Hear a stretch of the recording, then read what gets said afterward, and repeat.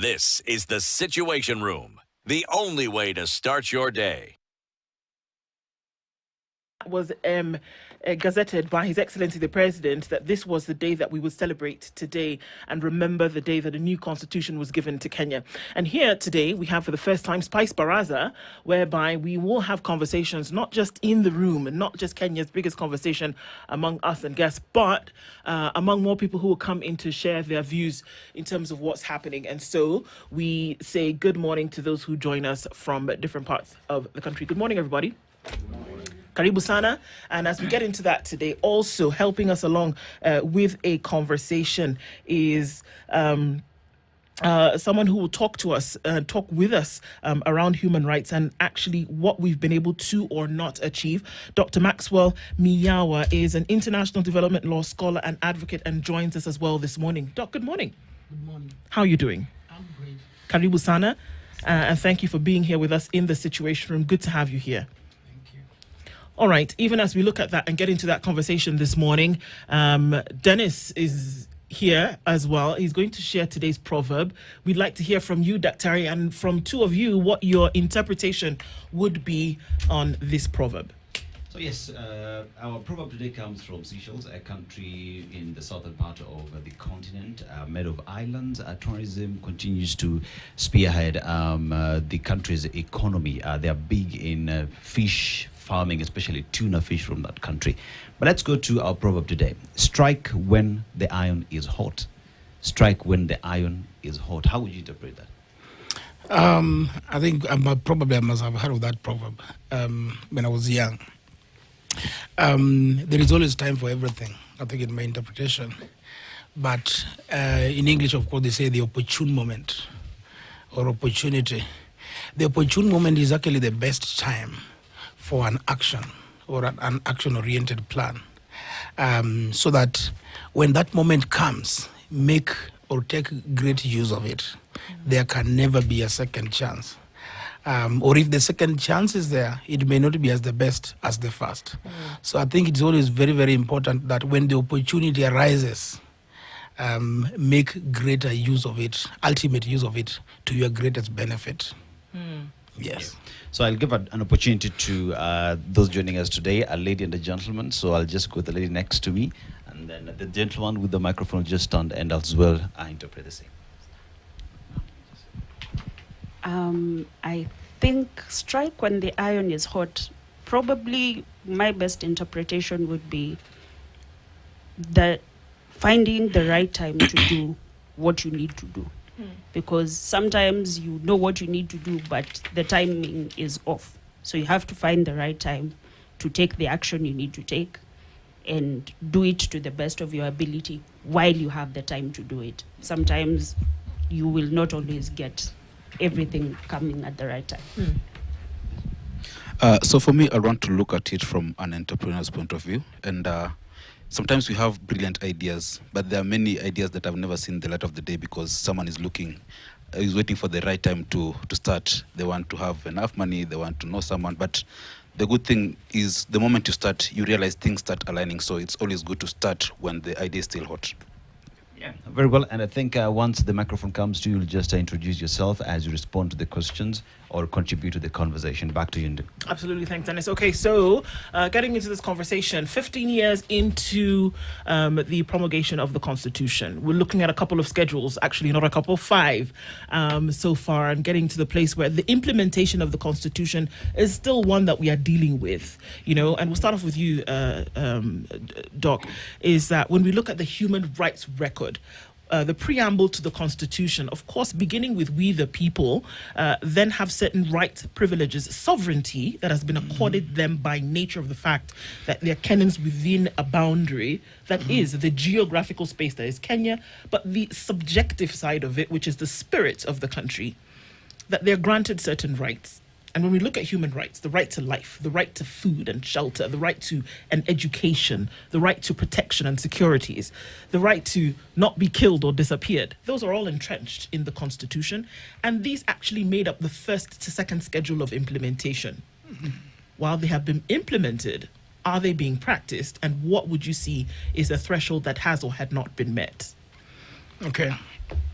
I begin by quoting the famous words of former Chief Justice William Mutunga, who said, and I think he said this just a few weeks before he retired, and his famous words were, constitution making, does not end with the promulgation of the Constitution. It continues with its implementation. The point there that I think the Chief Justice was stating there categorically is that the Constitution is not just a document, it's a living document. It has a soul, it has a body, and it has a mind. But it has to be made to be a practical reality. Now, on the ideas of rights, rights being entrenched in the Constitution, rights, first of all, are supposed to, protect the individual, ensure that the individual realizes their own full potential. Rights are also supposed to protect communities, particularly the marginalized communities. Now, when we look at 15 years later, that's quite a long time, talking about 15 years from now. But I think we probably may not be in the right position to look at 15 years only. You look at probably where we came from, the pre-2010 Constitution. That is what we call the 1969 Constitution. And the guarantees that were entrenched in that Constitution compared perhaps to the fundamental rights that are entrenched in this Constitution and how they have been practiced. The first thing that I can say is that we have come a long way. I think we have come a long way in the protection, promotion of fundamental rights and freedoms. You do that two different things, protection and promotion. Now, then you ask yourself, the question is that how have we fared on, 15 years later, post the 2010 Constitution? The first thing that we must state is that we have one of the most progressive, Bill of Rights, actually in the world, other than that of South Africa, because of quite a number of guarantees that it makes. One of them, the very first thing, and I want to talk in the context of people we have seen around, people like Okia Omtata, Okoiti, who have come to the Constitution, that the Constitution has actually made every Kenyan to speak, to realize their right, to realize that they can protect themselves in their own way. That's what Okia Omtata has been doing. The reason why that has been happening is that the Constitution has expanded what we call locus standi, the legal standing, the fact that anybody can move to court, claim their rights, seek the protection of those rights, even if they have not been harmed, even if they have not been injured, including protection of the Constitution. Now, where have we come from in that regard? We have come from a place whereby any time there was any harm on the public or citizens generally, nobody would have an opportunity to go to court. The only person who, perhaps by law, was enabled to go to court to protect the public was the Attorney General. And you look at cases, for example, the case of Raila Odinga versus the Attorney General, Martha Wangari versus Kenya Times Trust. All these cases would go to court where the public was involved, but they would be thrown out primarily because any member of the public would not have legal standing to protect any member of the public or to bring any claim before the court so that the public can be protected. So we have come a long way in that regard. That's why most recently you have seen Okia Omtata Koiti has consistently gone to court to protect members of the public, to protect the Constitution. So we're saying that essentially now that as compared to times gone by, with this new Constitution, we have the opportunity, for example, to take cases to court and they be heard as citizens protected under law. That is exactly what I am saying. That under the previous Constitution, there was a great deal of limitation on any members of the public, where there was public harm, where there was public injury, where there was any violation of public interest, so that nobody would approach court except the Attorney General who will bring that claim on behalf of the public. Under the current Constitution, any person can bring a claim to protect the public, to protect public interest On my own, I have personally brought a case against a Chinese constructor who was doing a road development project, and that road development project caused a lot of harm. You know, the violation of the right to a clean and healthy environment, the violation of the rights of the people, the right to development of a particular people, somewhere in the county of Kisumu. Under the previous constitution, I would not have been able to do that. The only person who could have done that was, one, the people who are injured or the Attorney General. But there comes a time when people do not know their rights. Okay? So where people do not know their rights, anybody can bring a claim on their behalf. And I think that's why our constitution has fundamentally transformed the human rights practice. So in a nutshell, I hear what you're saying. It opened then a door for the rest of us to lay claim over what we all have been fighting for. Mm-hmm. We've had this conversation since yesterday, and the new constitution was coming from a background of there was a need to come up with something different. Mm-hmm. We had violence that then led Kenyans to demand for a new social contract. And you're saying enough is enough. We need a new governance structure. We need to relook at everything as a country. Now, when we talk about human rights, we've looked at hits, misses, and perhaps gaps in a lot of the structures that have been laid in the Constitution, from how the formation of the police, and where we're seeing gaps where we have oversight bodies, but then we didn't create mechanisms of accountability within that framework. Now, we come to transitional justice. We are coming off violence. That is what then brought this new constitution. And today we are sitting here talking about violence that we've seen in the country since last year. And this violence, depending on how you're looking at it, you have a situation where you have Kenyans then demanding for their rights, the right to be heard, the right to have their side of the story heard, the push for the finance bill. And then you had MPs who are saying, you know what, we're going to pass it anyway. Then the next thing that happened, it spiraled into violence. We saw a lot of young people losing their lives. We go back to this constitution, and I keep talking about the framers of the constitution. The constitution, in this case, in terms of transition justice, in my opinion, and I want to pick your mind on this, did it envision to create or embed a mechanism for transitional justice like what we have, the Truth, Justice and Reconciliation Commission report that was sidelined, in terms of if there's a case from the public, not only the people, in this case the police, going to be accountable, but we need a process that then will give the people being affected justice?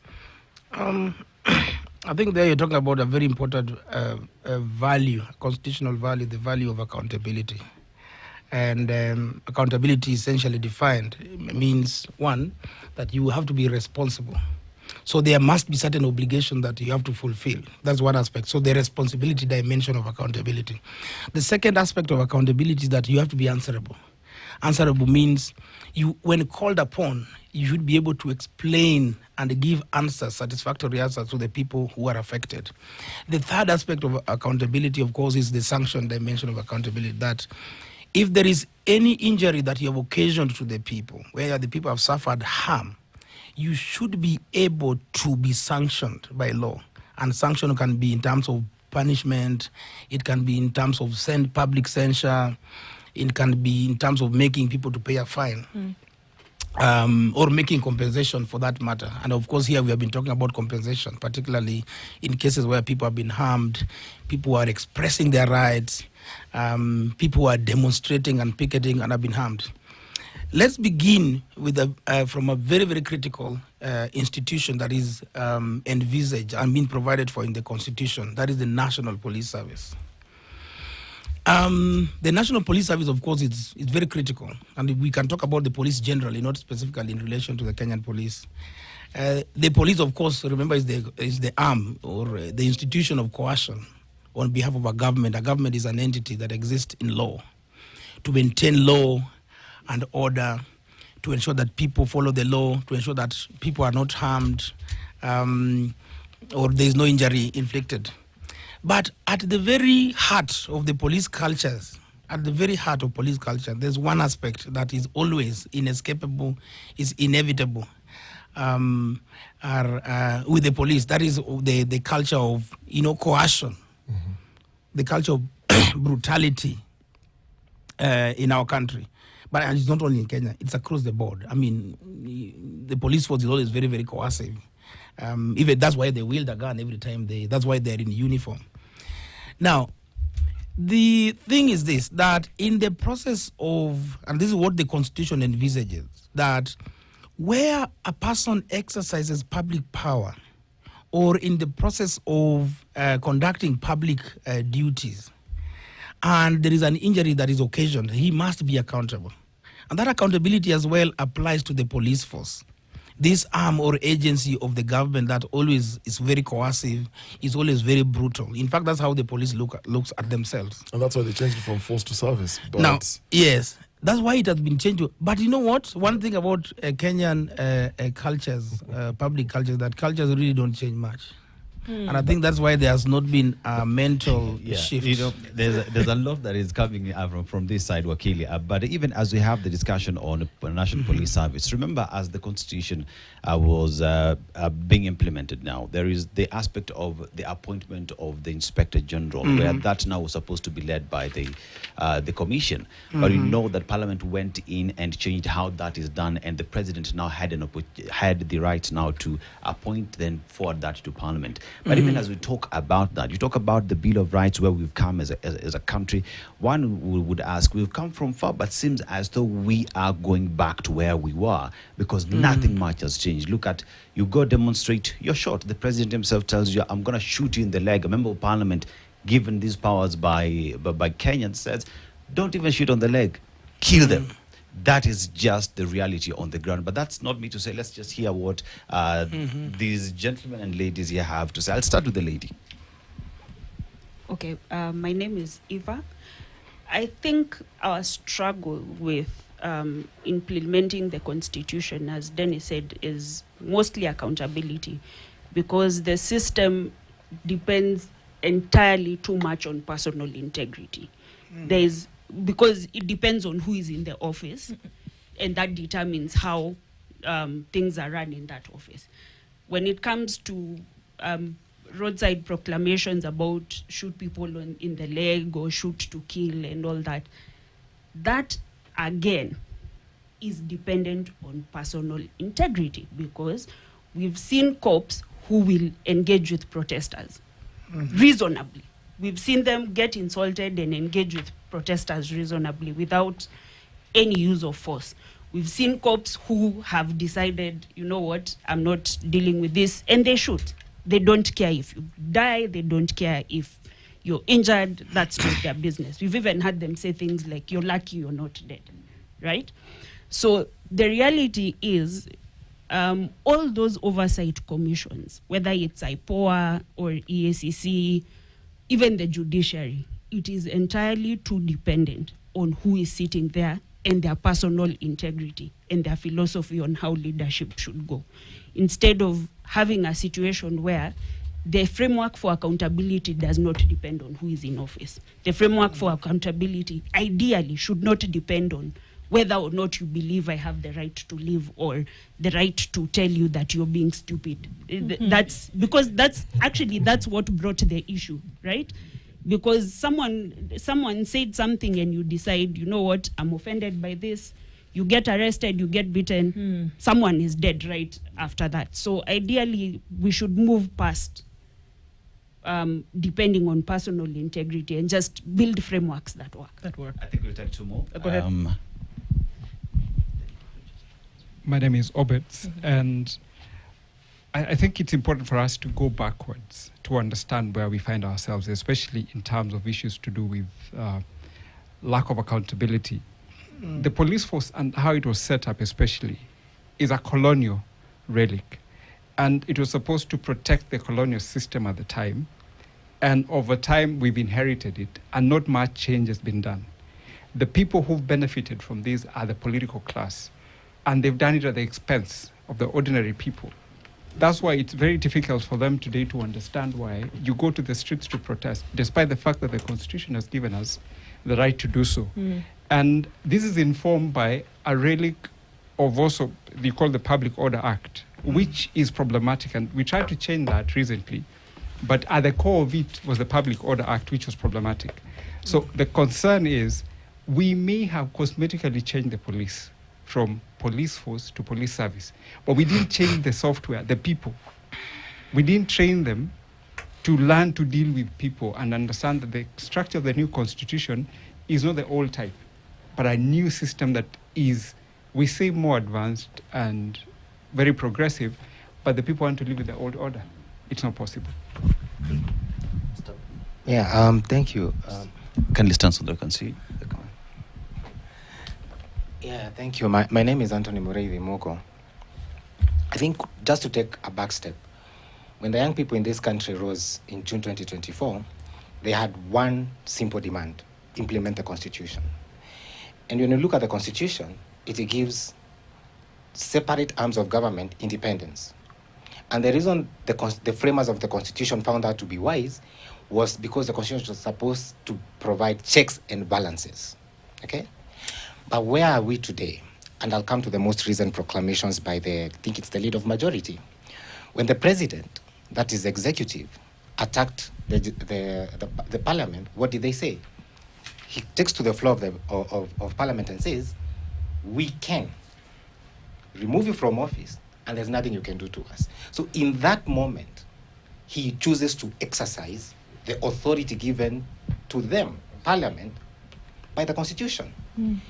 Now, the president, again, will also choose to implement the Constitution when it suits him. Now, where do we need to go as a country? And this is where the young people have been coming from. And this is the voice that they feel no one is hearing. They are saying, we need to move from persons to the Constitution. Let the Constitution work as it's supposed to work, not when you few people feel it is supposed to work. So again, the young people are saying, implement the Constitution as it is written. And that's why they remain. If you ask them, do you have a leader? They say, no, we don't need a leader. Implement the Constitution. It doesn't matter who is leading. If you implement the Constitution, Kenya will run as it's supposed to, and everyone will feel they exist.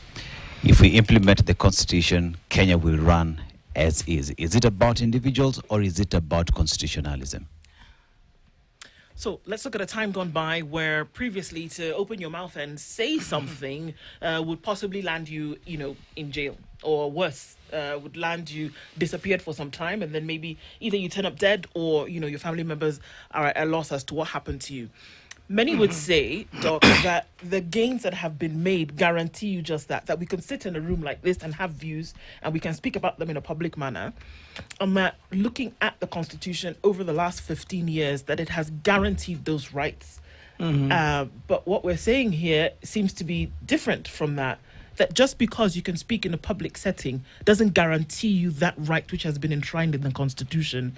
And I believe it was Obed who said that, what, it was cosmetic in change. It was cosmetic. We did the top layer, but we didn't do the inside part of it. Does it not need a little bit more? It sounds like it needs a radical surgery for us to really say truly that human rights are actually then being protected. Is that the case? Okay, there are particularly quite a number of issues here.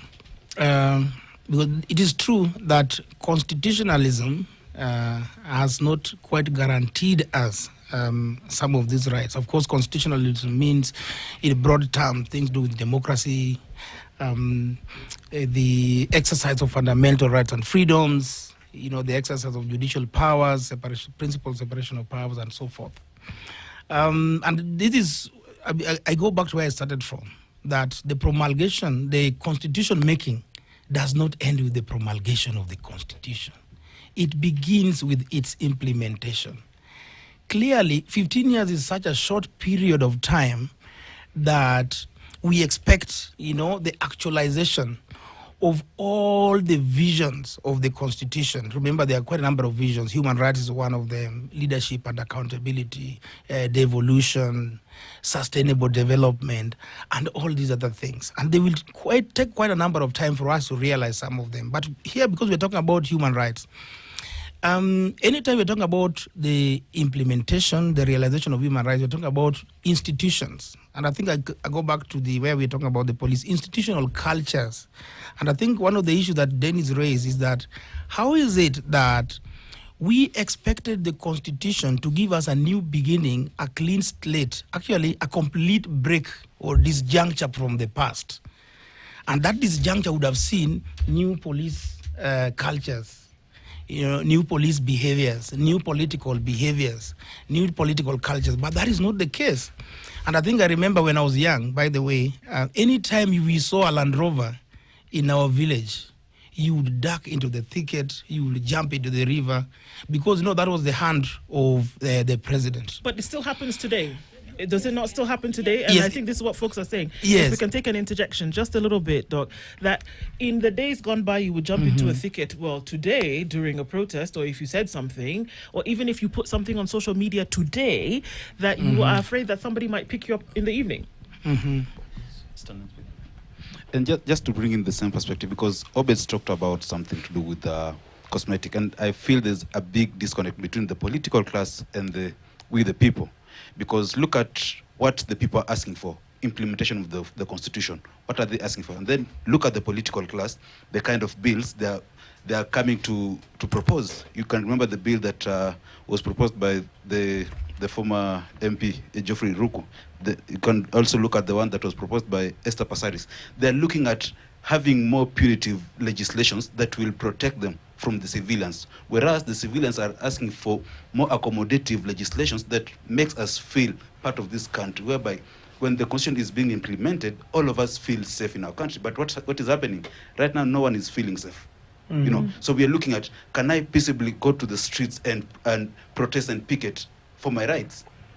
Or maybe I leave and then never to be seen again.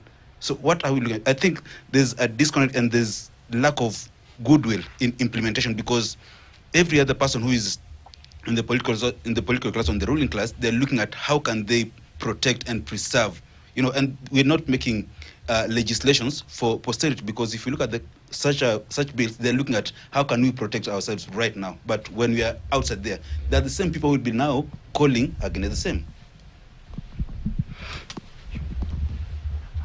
Thank you. My name is Wycliffe. From my perspective, I think I want to look at it from an umbrella perspective. And one of the things I look at the Constitution being is a guide, not the standard of always operating in the same format. Because the people who drafted the Constitution wanted the Constitution to be able to guide us through from where we were to where we want to be. Now, my biggest disappointment is that the people who are supposed to be the guardians of the Constitution are the same people trying to butcher it, trying to make it seem like it's, regular talk. So one of the things that I look at is that if we're talking about, for example, human rights, what do we want to see in the country? And then let's set a standard for it, so that when we say that we are celebrating, I really don't think there's anything to celebrate at 15, because much as Daktari said, it's been 15 years. We don't see any change. Wycliffe, let me throw that right back at you. What do we want to see in the country as concerns human rights, whether it's a year later, whether it's 15 years later? What do we want to see? First of all, my expectation would be we need to see justice. We need to see people being able to say that somebody is held accountable for a crime. One of the things I think we all feel like is that the young people who were killed last year and some who are still disappeared till today, we still see nothing. We have offices, we have institutions, we have people in governance who we've given the power to do something about it, but all we seem to see is a lot of silence. And the political class is coalescing together and telling us that people don't have a voice in this country. And I'm sorry to say, but I don't think we're in a plantation anymore. We're in a country, a republic, where people have voices. And those voices need to be respected and honored. I think as we ask that question on what we want to see, let's just ask everybody here to just tell us, in one word, what is it that you want to see in this Constitution? What do you want to see with regard to the Constitution and its offering? Okay, Sawa, go.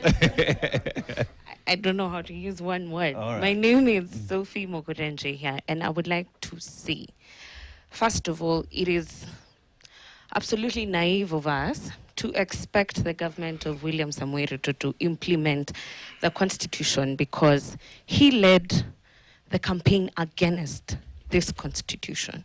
He did not want a people-propagated constitution.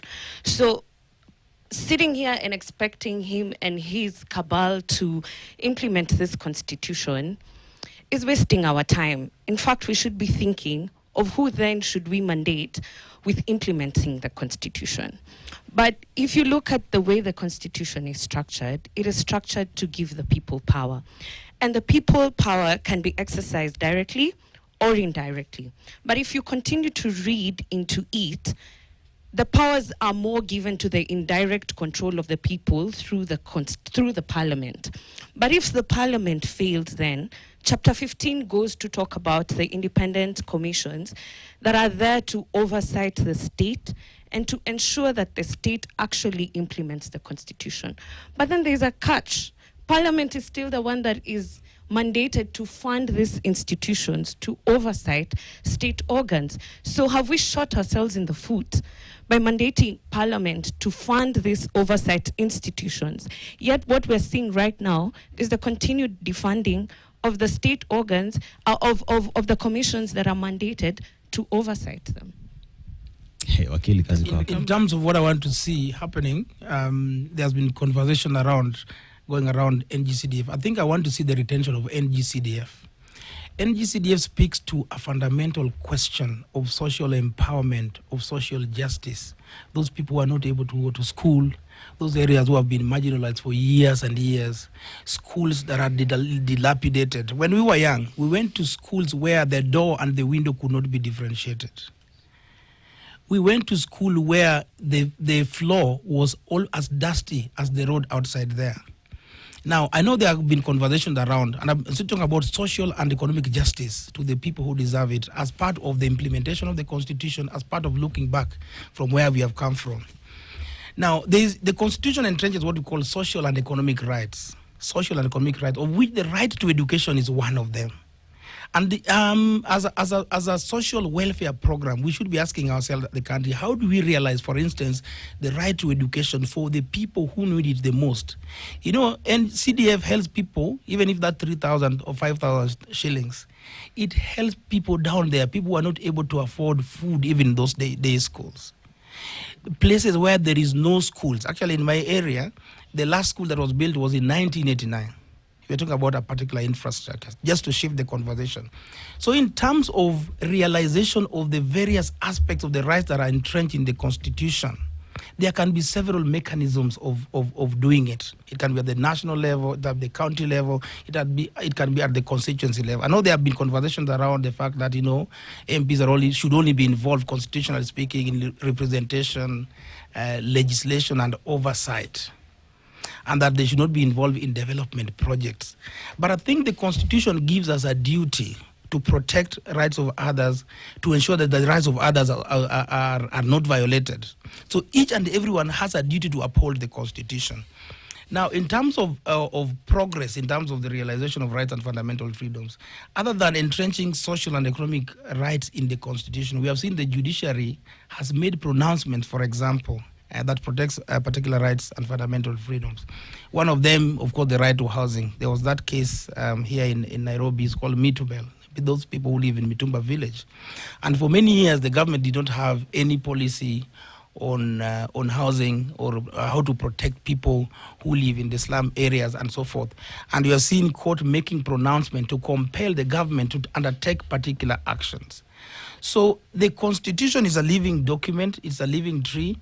It has got to be realized, but at least in certain aspects, progressively.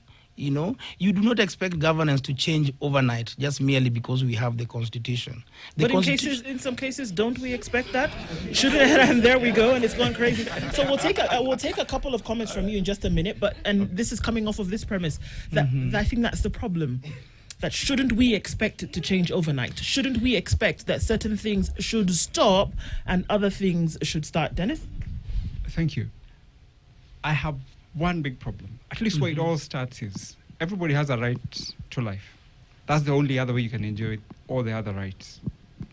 But we have a system where we've allowed and supported mediocrity for far too long. And look at the appointments that are made.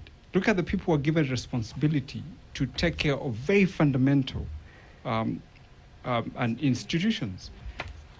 It's unfortunate that we are allowed to reward patronage and loyalty at the expense of people who are qualified and have the capacity to do what is right. Because these ones don't question because of loyalty. And the other thing, unfortunately, it's so easy to buy people because a majority of us do not have enough. It's about survival. So today, if I'm going to criticize government, I risk two things, either being out of work or dead, or at least being cancelled completely. So what we need to do is, we have a progressive document, but we live in the past. Vestiges of the old constitution exist. We are trying to create extra legal institutions, like we're going to quote the CAS situation. So the truth is, we do not have goodwill to live as per the current constitution. We probably didn't know what we negotiated for. Unfortunately, the political class are shocked that this is what we decided and it's not working for them. Kenyans have accepted that we need a new constitution and it's working for us. It's not working for the political class because they are controlling people a certain way. Okay, thank you very much. My name is Elijah. I work with the Kenya National Commission on Human Rights, which is a creature of the Constitution. And my perspective is that the progress and the realization of human rights, and I'd like to return back to the Me Too Bell case, is that the government was told that progressive realization has to have a process in which government must make considerable steps to implement or to realize these rights. And that means placing the appropriate resources in relation to its own capacity to ensure that these rights are realized. I'd like to go back to also some of the situations, especially on the right to property. We've seen massive evictions to give way to corporations because our state has gotten into agreements with foreign entities to provide either economic activities in various parts of the country. And we are seeing massive evacuations of individuals on the pretext that we are trying to bring in a common economic activity. But the manner that it is done violates the integrity and the dignity of these individuals. Even the Ogiek case that, for example, I'd like to use, which Kenya has been cited that it needs to respect the dignity and the culture of these people. But it still has remained a challenge in terms of implementing the decisions that have come from the regional courts and even the Endorois case. So when it comes to certain aspects of the realization of human rights, it's important for us to have an introspection to see, while the aspirations were progressive, especially for economic and social and cultural rights, it does not mean necessarily that we now use that progressive realization to take a back seat and say right to food, right to healthcare should be left. We give ourselves time to progressively realize. I would cite, for example, the attainment of the right to health is that we should onboard up to at least 15% of the population to have a backing in terms of a support for a medical service system that is available to the people. But we are constantly seeing, as much as our country has been progressive to set up the 4 legislations in terms of realization of universal health care coverage, there are still glaring challenges in terms of how the process of this was attained and also how it is being implemented. We are seeing more cases of corruption, more cases of impropriety, and it calls to us to rethink, to look into our systems and see, while the Constitution has placed the highest standard of attainment of healthcare, then the question is, how are we to attain this? Are we going to attain this because of either political expediency, where bills are passed in record timelines, or are we to do it in a process that is consultative, that is inclusive, that ensures that even the least amongst us in society is also brought on board to ensure that their needs and their rights are guaranteed. Maybe Yeah. I'll leave it at that. And you see, Wakili, when you talk about governance and the progression of the same, I'll just take an example in terms of when the Constitution 2010 came into place, there was devolution that was also included there. Once we got to the next election, there was no question of should this wait or not. We got into it full force. Now, it comes to the other laws that have come into place. We talk about in the current dispensation, affordable housing, public participation happened or not. That is subject for debate. But once it was passed in Parliament, did we have a chance? No, we are in it full force. Now, we talk about SHA. Conversations were had. Public participation happened or not, subject for debate. Are we in it full force?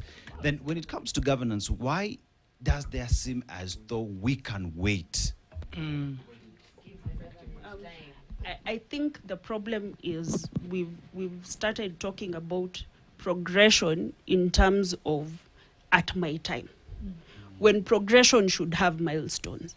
There is no other contract in the world where you don't have milestones or KPIs that have to be met within a certain timeline. So for example, if your contract is to build a new studio, you've been given 2 years. In those 2 years, you will have milestones that you should have met at certain points, whether it will be quarterly, it will be biannually, you will have milestones that you must meet. And if you don't meet them, then you need to come back to the table and say, this is why we were unable to meet them. So we cannot say that, okay, it's progressive, so let's wait. Let's see how it goes. Let's consult. There has to be a timeline, and there has to be milestones that are built into that timeline that tell us this is how far we've gotten. It's the same way we had Vision 2030 that we ended up, we threw it out, I guess. I don't know. Sustainable development goals, they have a timeline. They have a progression that can be, it's measurable for all involved, not just for the institution. It is all of us have signed up to a contract where we know at this point in time, whether it's 10 years from now, 30 years from now, we need to be at this place. Again, the struggle we have with holding people accountable is the political class still expects fealty. They expect adoration. Like, we appreciate your leadership. No, you are given a job. Dennis, I don't think your boss comes and tells you, thank you very much for doing your job. I love you. Congratulations. Nobody cares. I actually don't remember the last time we spoke. Exactly. Because the reality is that you were given a job, you're being paid a salary, you're expected to deliver. I don't owe you gratitude because you asked for the job. Right? I don't owe you adoration. I don't owe you anything. I expect you to do the job you are given. I will bring it. I'll take it back to you guys. But Dennis, low-key, me, I love you as a friend. We've been having this for a minute. This bromance eventually will live out maybe place. We're going to take a last comment from Wakili, and then we're going to come back and we're going to have this more in the next hour. So here he is, and we're saying that, it looks as though we need to say, okay, well, you've implemented the first schedule of the Constitution. Congratulations. I'm hearing that there shouldn't be, a congratulatory point that we should be taking here. It's a job is supposed to be done. It needs to be done. And what is front and center is the protection and the safeguarding of the people and what concerns them. What role are the people supposed to play in all of this? In answering that question, I think everyone here is talking about extra constitutionalism, or that which is done in non-conformity to the Constitution by the government agencies, and other institutions. And actually, I do agree with all of you. I'm not here to speak for the government or to speak against the government, just to give you the proper constitutional view, that which we teach at the university. Always remember, the people who are in charge are who? First of all, these people are politicians. They are members of a political party with particular or purportedly particular ideologies. And the idea about political parties is this: that you galvanize people around you, you go into an election, once you win the majority, you take over the instruments of leadership. And by the way, by their very nature, politicians don't have the interests of the people at heart. These are self-seekers. These are rent seekers, whoever they may be. And then once they take over the institutions of government, the instruments of power, do you know whose interest they serve? And it depends on different polities or political environment. In the United States of America, the government never serves the interests of the people. It is what we call corporate fundamentalism. That's when you talk about tax breaks, you're talking about tax breaks for big corporations. You talk about tax relief for billionaires. You know, even when you're talking about healthcare, you don't talk about healthcare in terms of the interests of the people. In other places, for instance, in South Africa, you know, there's this concept that emerged of state capture, you know, by the Guptas, so that all major government projects are given to particular people. When you come to our country, and you remember I talk about politicians who have coalesced around a political party or an association, loose or solid, they take over the instruments of power, and then they do not serve the interests of the people. When you come to our country, that's why every time there's a government appointment, people look at the names. Whose name, which region, which ethnicity, and so forth. The people who are in power serve different interests. It can be personal interests, it can be ethnic interest, it can be any other interest, including a corporate interest. And I think that's why there is a lot of extra constitutionalism, that which is done outside the Constitution. For instance, you may have the Constitution saying this, but in practice, completely a different thing happens. The reason why we are where we are, is that we have an unholy alliance in our governance structures, an unholy alliance between virtue and vice. Now, and in terms of the leadership of our country, you know, you can have people who are well-meaning. That's why Parliament is there to pass a legislation or a law that is going to govern a particular area. But within that law, certain interests get infused. You know, certain interest gets infused into that law so that it does not serve the legitimate purpose, the people's interest. It does not seek to serve the people's interest. So the biggest challenge in terms of the implementation of the Constitution is not the question of progressivity. It is what we call in political parlance the continuity amid discontinuity of history. Okay, we're going to take a break, and then you'll say that in English when we come back from this break. We're having a conversation. Katiba at 15, and it's the first time Spice Baraza. We will come back and talk about that. We'll take a look at what's going on with the news. This is the Situation Room. It's Kenyan Speakers Conversation at 9:01. This is the Your Day. The implementation of the Constitution, because the Constitution cannot be self-effecting, cannot be self-implementing. It can only be implemented through legislation, various kinds of legislations. For example, I talk about leadership and integrity aspect of the Constitution. You're talking about, various acts of parliament that are supposed to implement the Constitution. Now, the moment you have individuals who do not care so much, who do not have at heart the country's interests, you're always gonna go wrong with constitutional implementation. And that's why I said just before we took the break that there is a sense in which the disjuncture that we wanted to have from the past has not really happened. So there's still a continuation of the very, very past that the Constitution wanted to put an end to. Actually, the past is still very much with us. All the vices of the past are still very, very much with us. All the poor governance problems are still very, very much with us. And if you remember very, very well in history, and that's why I talk about unholy alliance between virtue and vice, at the time when we were at Bomas and we were talking about, changing the Constitution, the Bomas conference, there was a minister, Michuki, who came and said, and he used the example of liver, juggling the liver. And the idea was that really, all we wanted was to get away with Moi. Now that Moi is no longer with us and Kibaki is here with us, why do we really need to change this Constitution? And that's why we're talking about government being in the hands of individuals who are naturally, inherently politicians, who are certainly they always serve different interests. And part of that interest is never the interest of the country. That's why we have got it wrong. But let us also spread some hope, in terms of constitutional implementation. Let us spread some hope. Indeed, quite a great things have happened in the last 15 years since the advent or the promulgation of the 2010 Constitution. One of them, of course, there are still challenges here and there. There's still problems of corruption. But I think devolution has worked in one way or another. The fact that at least there's decentralization of resources to the people, to the places where they were not there. During our time when we were young, we had what, under the Moi regime, they were calling it district focus for rural development. Money would go into the hands of the PC and the DC, and nobody saw what that money was doing. At least we can see schools being built. At least we can see a small road, feeder roads in the villages being done.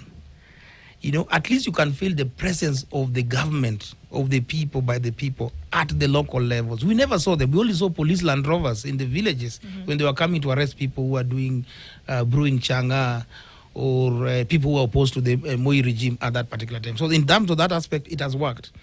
We have one institution called the judiciary, who has actually managed to keep the government in check. At a time when, in 2013, when the Jubilee administration came into place, the opposition was so weak, it was so muzzled. And at that time, Uhuru Kenyatta tried to, craft all these kinds of legislation, including legislation that were violative of people's rights. And every other time, the High Court said no. They struck out one or two pieces of legislation that would have made Kenya go back to the draconian days. At least there is something that we can say that today, in the Kenya that we live in, we have one institution that is truly independent. Functionally, institutionally independent. We are talking about the judiciary. Totally disagree. Okay. All right, somebody who said totally disagree. Yes. We'll go to you, Dennis, and then come to totally disagree. I think it was Wycliffe. Just a minute. Let's talk to Dennis in a minute. At the risk of getting stoned, I will attempt to save you in a way. This morning we had Jeremiah Kioni, who was, he talked about the Bomas conference. And he told us, and well, we've known this for a fact. We live in this country, but like our distinguished lady at the back there said, we sometimes pretend to be too naive. We have this tuna kizungu mingi, but kwa ground vitu ni different. He said in Naivasha, MPs sat and looked at the document and they said, look, if you want us to pass this thing in Parliament, you have to remove this recall clause.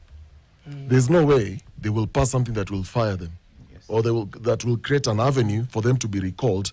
And so the argument was, the framers of the Constitution, the argument was, well, because we really need this document to be passed, what are the concessions? So at that point is, okay, the recall can only happen 2.5 years after somebody is in office. Then they looked at the judiciary and they realized, wait, so we've managed to take this power from the people, but there's a problem with the judiciary. So let's also clothe the judiciary's power. And actually they did that. So it's not entirely independent. And so today, 15 years later, we're still having discussions of amendments that should be made. Whereas we had a commission, and we had Charles Nchai yesterday. The thing is, when Charles Nchai was the chairperson, they were supposed to oversee the implementation of the Constitution. But they were only in office for 4 years, 7 or 8 months, thereabouts.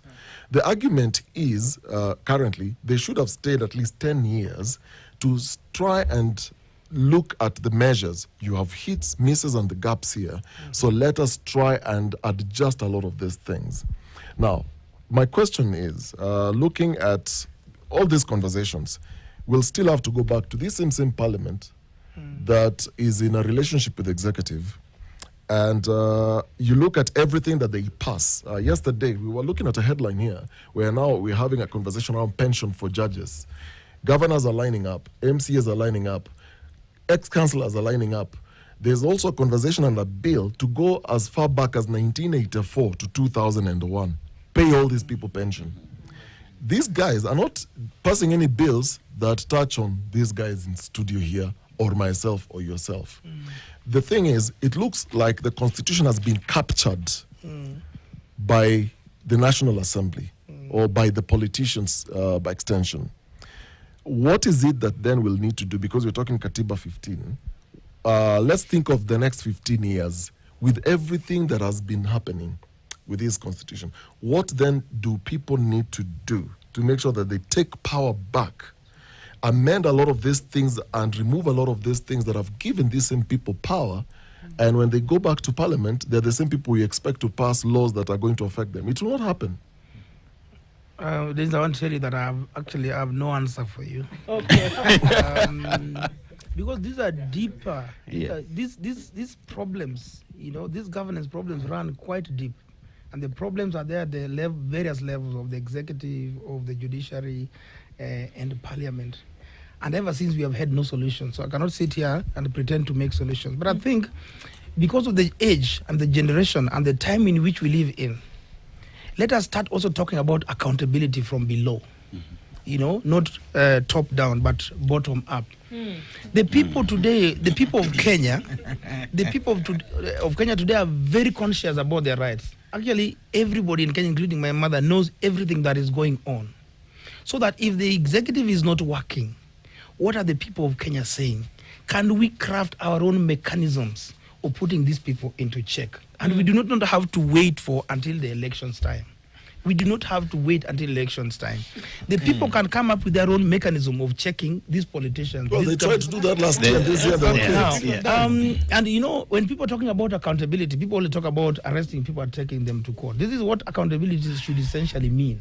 Okay. And that's why I think in other parts of the world, they have town hall meetings where the senator or a member of the house goes back to the people and they get scrutinized. They answer tough questions. Okay? If we are saying recalling an MP is impossible, if you're saying the government is not listening to us, if you're saying corruption institutions or institutions that are supposed to fight corruption are not working, why can't the people do it themselves? Okay. Why can we not invent our own mechanisms of putting the government into account or leaders into account? Well, because in Kenya, no institution is actually working. Why can we not have what we call institutional bypasses? Why can't the people do it themselves? Because nowadays, almost everyone actually almost has a smartphone. Everybody knows what is happening in this country. Do it at your own individual levels. Call back these leaders and ask them, why did you vote the way you did in parliament? Okay? Why did you not ask the cabinet secretary for this about what he has not done? Wakili, there's a lot that is coming from here, and one thing that I'm throwing an intellectual challenge so that people can also think outside the government institutions that are dysfunctional. Yeah. Okay. So there is the aspect of the constitution, and the people shall, not the people may. There is that conversation, and Kenyans say we know where we sit with regard to this. And you talk about the constitution and hope that came with the constitution, and that hope pretty much was stripped away by the legislations that followed further that would come to assist in the implementation of the constitution. We talk about devolution that happened, and people say what we did pretty much is just devolve corruption, because look at what is happening in the devolved units today. It is a sad story. You talk about the rights that Kenyans have, that devolution is working. We can see there is a government that is for the people, by the people. But people are saying, it is all right. It is not a favor. That is a job you ought to do. Shut up and do your job. We talk about judiciary and how judiciary has been encapsulated, it has been taken over. And you remember immediately after the 2017 decision by the court, there is a statement that was made by the head of state: we shall revisit. And from that on, you find the funds given to judiciary were cut, and all along judiciary, one might say, has continued to weaken over time. But then again, let's just hear what everyone here has to say. I'll start with you. Thank you very much. I'll keep it very brief. The more I listen to Professor and the more I listen to our reactions, we actually capture where Kenya is at today. The Professor, and with all due respect, you represent the old way of doing things. We represent the new way of doing things. And I'll come and say, it's like when David bought timber and everything to build the new temple for the Lord. And the Lord told him, you'll buy it, but you'll not build it. Solomon will build it. That is what happened when we proclamated the new constitution. The old people wrote it, but it is the young people who have the ability, the will, and the desire to implement it. And so long we wait for the old to implement it, they don't know how to. They have not even figured it out. We figured it out. And that is why, Professor, when you say things take time, we tell you no, things are as instant coffee. And how is this so? When you wanted to impeach the deputy president in this country, it was instant, through our WhatsApp, that instant. When we wanted to implement housing levy, it was instant. So when we need instant things, it can be done. So today, as we celebrate Katiba 15, I will say, as history has taught us, when we did away with the colonialist, this country was handed over to one old man, Mzee Jomo Kenyatta, and everyone else behind him was young. And that's the reason we had numerous milestones. When we did the new constitution, we were doing away with the old way of doing things. Actually, when you were talking about the American constitution, and you used some very concrete words, I can't remember them. But we don't want to learn about the American system. We want to learn our system that we wrote in the constitution so that other jurisdictions can say, when you go to Kenya, there's the constitution. That is all we want. We want to be copied as the country that functions under the constitution. Thank you. Wycliffe? Thank you, Do. In my opinion, I think, and Wakili actually mentioned it quite concretely, and this is my biggest disappointment. For every single hopeful statement you've said at least. And that is where we are as a country. We keep saying at least, at least. It's like we accept bare minimums as acceptable. We have leaders who have shown us that they don't have respect for life. And this is why when I said I totally disagree, it's because when we look at the judiciary and how the different arms of government work, even today, it's like a deal system. It's what are we going to do in order for us to get to point A to B.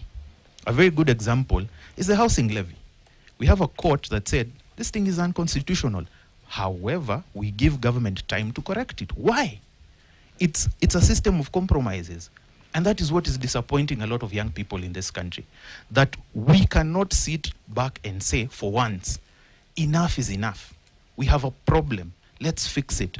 Accept that we went wrong. As a people, we have accepted that we chose bad leaders. We have accepted it as young people.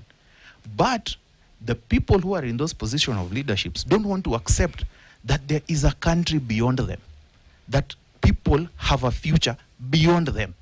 And the day this country starts operating in an environment where the constitution is not based on personality or people or tribe or region, that is the actual day when Kenya will actually grow. I have a personal motto that I keep saying, Kenya deserves better in every single aspect of how we talk about this country, not only when it comes to the constitution. So for me, when I say it's not a celebration, it should be a reminder of why we wanted that new constitution. So that when we speak about justice, we talk about all Kenyans, not just some of us, but all of us. You see, the one thing that really affects us as Kenyans is that we're not good readers. So we do not know exactly what is mandated to us by the Constitution. According to the Bill of Rights, every person should enjoy rights and fundamental freedoms to the greatest extent consistent with the nature of that right. And if at all the state comes out and says, okay, we do not have enough funds to give you this particular right, the Constitution specifically states that it is the role of the judiciary to come out and hold the state accountable to the point that they are supposed to prioritize, and this is what the Constitution says, the wildest possible enjoyment of that particular right. Your right to education, your right to health, your right to the highest standards of social justice. So the separation of powers in the Constitution was very deliberate when it came to the protection of the powers that have been mandated to the people. So the judiciary has been captured by the executive, Parliament has been captured by the executive, and it is very sad that the institution that has been mandated to protect the people is the exact institution that is afraid of kutolewa chai ya maziwa, kupunguziwa pesa yao, so that they do not protect the people. Lastly, to talk about people mandate, I will take a case study of Professor Kifudha Kibwana when he was the governor of Makueni. he actually was deliberate in involving the people in his governance to the point that before he passed anything, he took it back to the People's Council. They analyzed every single budget, every single project, and they were able to have an input there. So as Kenyans, we do not have a problem of devolution being implemented to the people where the people get services. Our problem as Kenyans is electing people who do not have goodwill for the people. So for me, the problem, like you have said, is not at the top.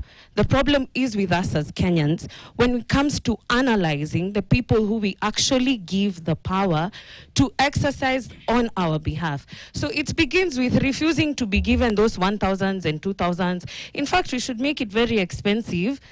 Like for you to come and talk to me, you should give me money that can pay for my rent for 2 months so that I can listen to you.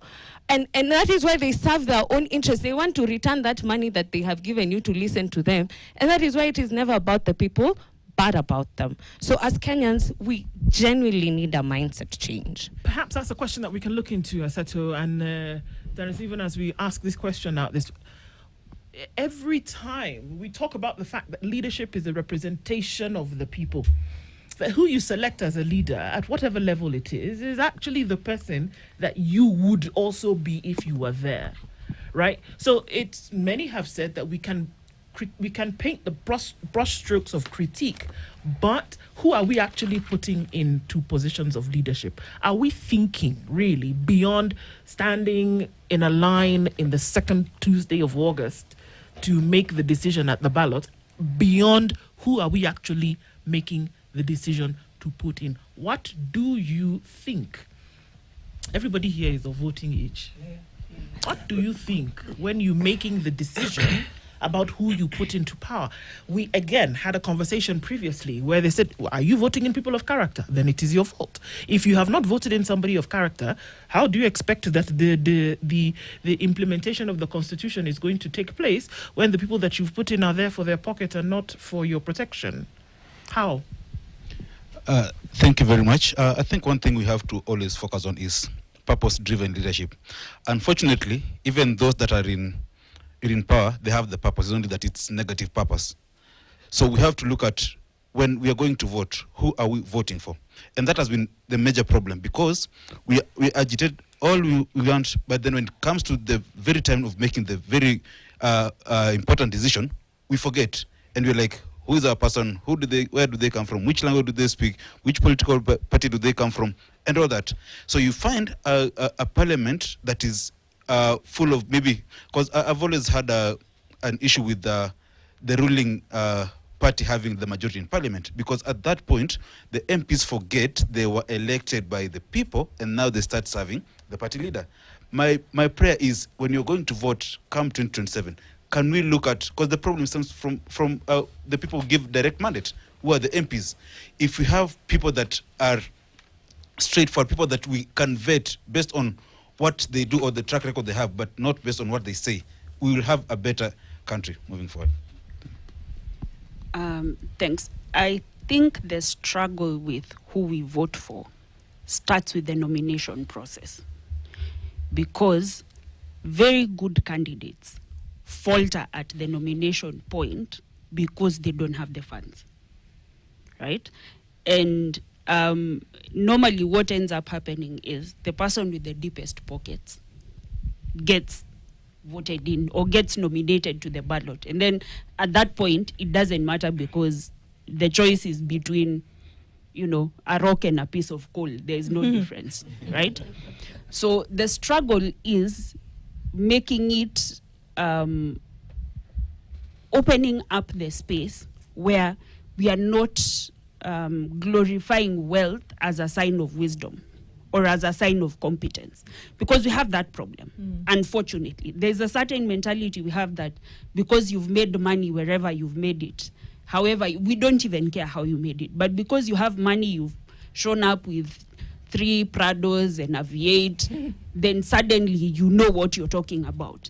It has nothing to do with it. It should be that if someone has the passion and the vision to lead his people, it shouldn't matter how deep his pockets are. It shouldn't matter whether they can give you T-shirts or print posters or any of that. It should matter that they have something to present to you. And that paradigm shift is what we need the most outside of anything else. I think when you look at the human rights violations that have happened in this country, to a large extent, they've been done by the state. And the state has intentionally deprived Kenyans what they deserve. Examples abound. SHA is a bad example of how to do bad things with people's lives. It is unfortunate that the government is gambling with Kenyans' lives by changing a system that was functioning, albeit with problems, but come up with a different setup that is going to allow the new thieves in town to steal. What pains me, and what Kenyans are asking, is don't give us all these nice stories. Tell us what you think is important. Instead, implement that which is there. Make it work for everybody. And I keep asking this. Today, we talk about empowerment. You see the PA to the president, somebody we did not even elect, going around parading people and insulting people who've been voted in by people, Kenyans. And then you wonder why we have this problem. Partly Kenyans are part of the problem because we vote, but the leadership, the people who appoint, do not want to appoint people who have the capacity, like Prof, to be able to question the system and tell them what you're doing is not right, this is what we need to do. What we want is yes people. People who today you tell jump and they tell you how high. Unfortunately, that's what we've perfected, and there's a degree of shamelessness, and nobody gets punished for doing the wrong thing. For instance, you tell me, in May, we cancelled some hospitals, they're not getting, you're paying them from May to August. Who is responsible for this bad behavior? Where did the money go? Get the person and jail them. But because we can't punish people, it's not going to happen. And that's why people will have the power and feel the need to be able to continue to do that. As long as we don't get punished. Can't punish or won't punish? We don't want to because it is work. We are complicit. We try to give public solutions, private solutions to public problems. We have a health system that is dysfunctional. You go to Kenyatta National Hospital today. I'm sorry to say that. Because if you don't know anyone, Ken Walibora sadly passed away because they said they didn't know it was him. What happens to an ordinary Kenyan who has nothing and is not known, has no reputation? What you need is to be able to go to a hospital and get help. Go to a school and get... The problem is the people who are supposed to implement and do what is right are not doing it. I have a question for Barazik here. How many have voted in any past election? You've all have voted. Before I even ask why and who you vote, well, not who you voted for, but why you voted for the person you voted for, this conversation around every election cycle, I've covered 4 elections as a journalist, and what I've seen is every election cycle we have a rallying call. There's always this euphoria and a movement that propels people then to the ballot. There was a period, 2007, the rallying call at that time, the Tariq, you can correct me if I'm wrong, was 41 against 1. So everybody was themed around it, and everybody went to vote. It didn't matter your affiliation, it was just ethnically propelled and mobilized.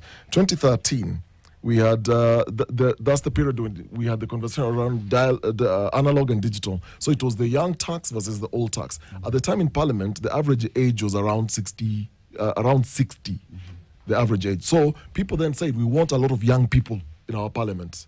And a lot of guys voted for very many young people, including actors and comedians. 2017, it was Tano Tena. I can't remember the other side. It was always one versus another thing. Yeah. 2022, it was hustlers versus dynasties. What do you guys think is going to be the rallying call that is going to carry you people and the rest of Kenyans into 2027? What do you think is going to be that thing? And I think to just top up on what Dennis is asking, the question is, for a very long time, we've pointed a blame to those guys. We've voted for them, they're not doing it. But then again, like we've said, what we see is a representation of who we are. because we are this very same people who wake up in the morning, kumera, we don't care whoever we're putting in. You know what I mean? We are the same people who will line up, take 1,000 bob because I have not voted, give me 1,000 bob to go vote, you know? What is our responsibility in making sure that the people who are there, first of all, we have done our research, interrogated them, and determined that they are the best people?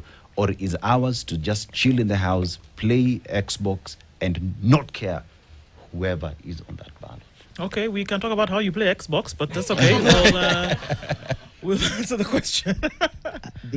This issue about what the rallying call would be and the decision of who to vote for would be determined first from at what capacity is the population able to exercise either the right to vote, to be voted for, or to organize and form political parties and associations that would gear towards securing positions. Important guarantee within our constitution is Chapter 6, which puts a high threshold in terms of integrity of our leadership. But how it is implemented is still a glaring challenge. Also, how people come together. For instance, people within a county ward or within a constituency also is determined by the numbers and also geographical representation. Again, an issue about delimitation of boundaries that is still left. Also, another issue is the level playing field level for every one of us, that as a woman, as a person with disability, as a person from a minority or ethnic minorities within the country, will I have the opportunity, if given a chance, to also vie for these positions? So again, Article 100 of our Constitution and also the articles on the 2/3 gender principle within our Constitution, still yet another glaring gap that ought to happen. Also, the issue around campaign financing within our electoral system.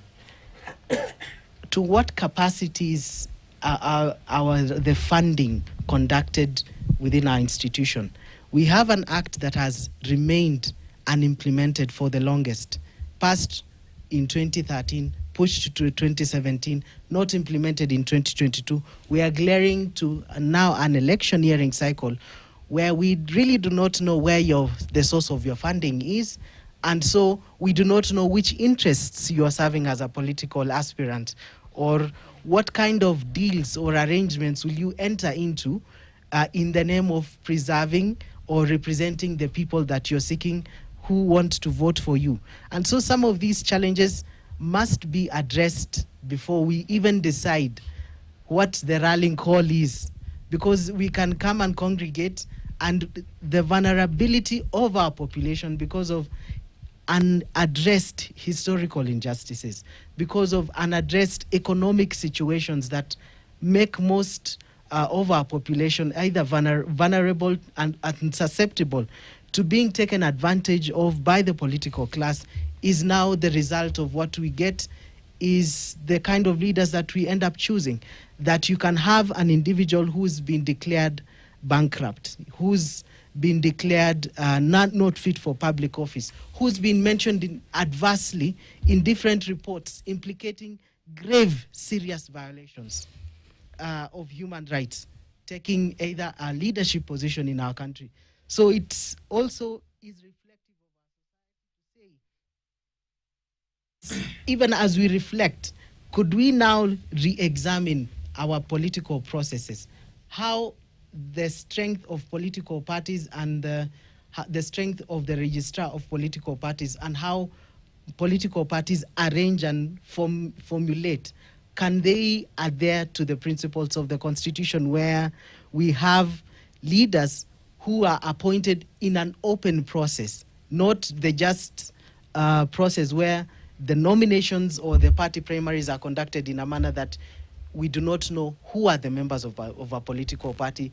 Kenyans increasingly finding themselves members of political parties without their own consent. So issues are again around data protection. So even as we think about the leaders that we want to choose, are we in a position as a country to determine that this leader is there legitimately, or is seeking a position in a legitimate manner, or is serving other interests that are beyond us, and that the populace is just playing the role of either useful, I would like to coin it as useful idiots, where you are participating in a process not knowing the grand scale of things, where deals were already negotiated before, and you're just part of the process that will yield an outcome that is seemingly already predetermined.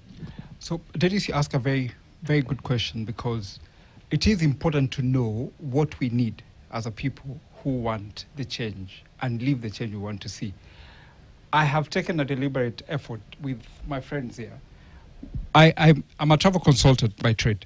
That's my training. However, I moonlight as an activist. Mm-hmm. Every evening, we do X spaces on Mondays, Sundays, and Fridays to discuss issues that affect policy, governance, and issues around politics. And our agenda as Mizani 254 is to ensure that we inform Kenyans on policy issues, ensure that Kenyans are informed and told and allowed to participate and make contributions in such a way that it's factual. It's not just about emotions. It's about facts and what we need to do. We've identified areas that have had problems. For instance, we did have a conversations around corruption. In the last week, we've been discussing corruption. And what we have done is, previously we've written to EACC and give information on what we think can be done.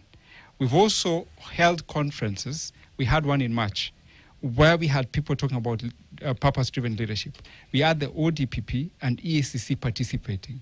What we are trying to do is put young Kenyans together, and Kenyans who are interested in ensuring that we want to see a better leadership, to talk about it, but at the same time, ensure that they are part of the leadership they want to see.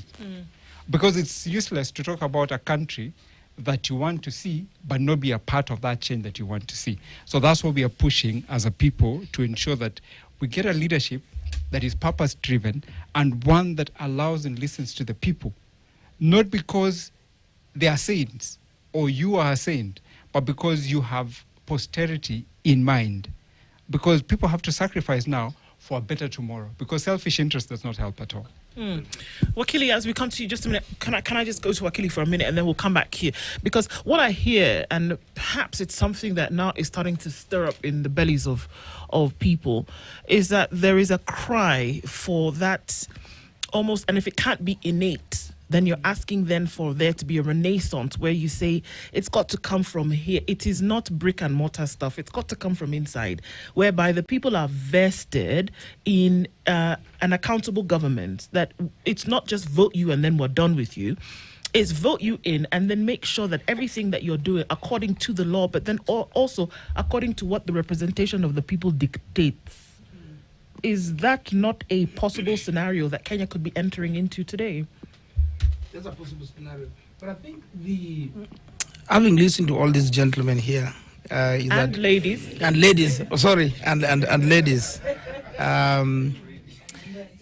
there is the bottom line of the conversation today, just to wrap it up, is that there is still and there has been a bad governance problem and institutional dysfunction. There has been and there still will be economic marginalization and social exclusion. These are all governance issues. And of course, socioeconomic disadvantage. And all these things are the things that the new constitution intended to reform. But why are we still having these problems? I know I've been the punching bag here because I think there was nobody from the government to be attacked. So people think that I'm thinking from the government. I came here to highlight the intellectual perspective of how far we have come. I don't speak for the government, actually, because really. So the thing is this.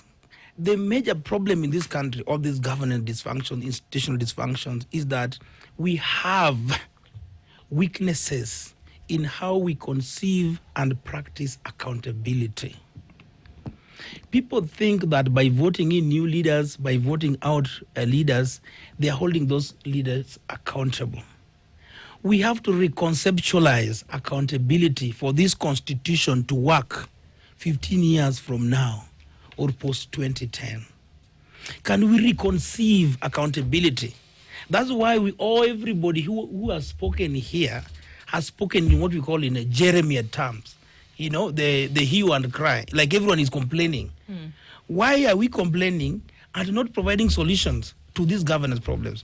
The reason why Western government or societies in the West are more successful is that they have functioning modes of accountability. The government listens to them.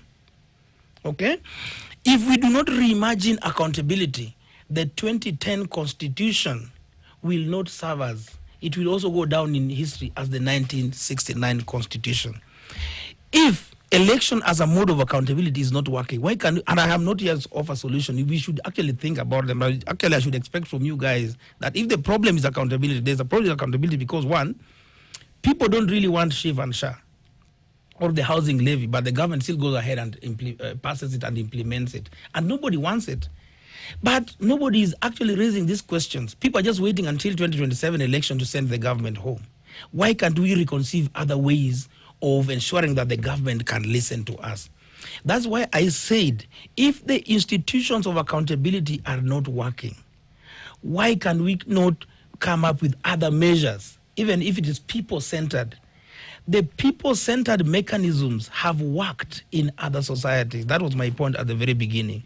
So we should not lose hope, okay, in the new constitution that we have, because everyone has spoken about particular entrenched problems of governance, problems of corruption, problems of legislation not working.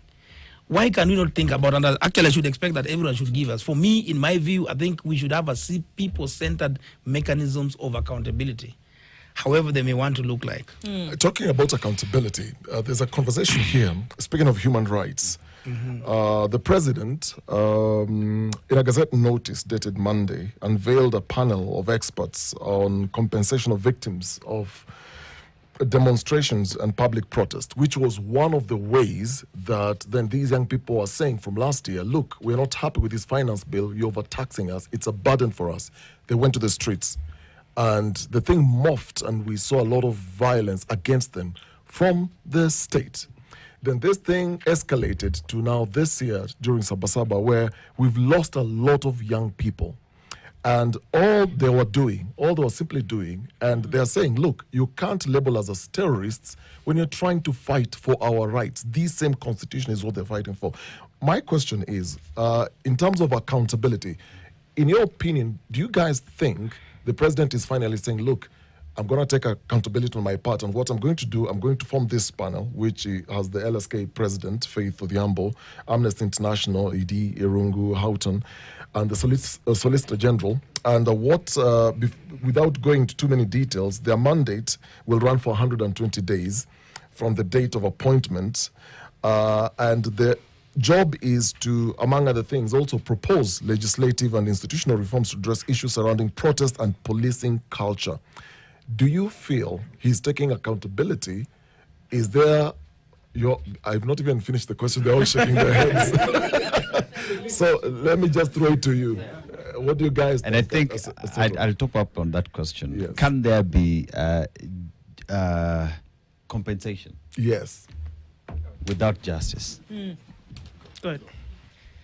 You know, you've asked a wonderful question. So I am part of the members that lead a campaign called the 50+ million campaign. And that campaign was basically, it's a group of people who came together to seek for justice. Because before we talk about compensation, we must first of all find justice. And why is this important? As you do the math to calculate the cost of life and the cost of an amputated leg, which one is easier? We must be clever enough to start by saying which are the low-lying fruits. Is it easier for today's government to do ballistics and say, Baby Pendo was shot by a bullet from us? So it's easier for us to work backwards and get to the person who actually shot the bullet. So why are we starting with the difficult instead of starting with the easiest? So when we start with what they are saying, compensation and everything, then we dilute the conversation of justice. We have parents who have on record saying, I still remember that lady crying when she was burying her 12-year-old daughter. What was her name? Bridget. She said, my daughter will forever be 12. I do not want compensation. You cannot pay me for my daughter. But what I do want is justice. You don't need a commission to tell you that justice is needed. I would want to answer something else that was asked before. And the professor, this is where this generation agrees with your generation. How do we have an accountable country? Is by reducing the interaction of corruption. And how do we reduce the interaction of corruption? Now me and you now again disagree. I disagree with the point of we need NCGDF. No, we don't need it. What we need is legislative members from the county assembly to the governor. All of them should be lobbying for development, not for funds. Imagine a national assembly. I want us to reimagine a national assembly, a senate, a council of governors, where they go to government and tell them, I was elected because I promised a road from Ishiara to Wote. I want that road because my people are asking for that road. Now what do? We have leaders going to ask for money, not for development. We need, now me and you now agree again, we need to calibrate leadership in this country for our MPs to have a Sokohuru where they lobby aggressively, emotionally, and tell CSs, give me the road that my people are asking for. Imagine a country where CS is put to that kind of pressure. Why are we finding it easier to nail Duale with Chief and Shah? Because it is easier to nail one person than Duale saying, no, I devolved it to the county. Then the county says, no, I devolved it to the MP. The MP says, no, I gave it to the county assembly. The more we have the chain of money going down, the difficult it is to trace that money. This is the Situation Room, the only way to start your day.